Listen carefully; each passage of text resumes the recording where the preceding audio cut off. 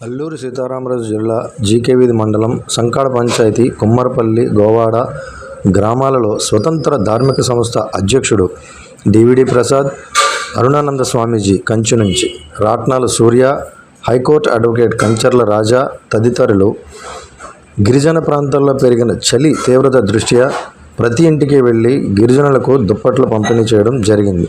అనంతరం ఆదివాసీ గిరిజన అర్చకులకు కృష్ణాష్టమి పండుగ సందర్భంగా పూజా సామాగ్రిని కూడా అందజేశారు.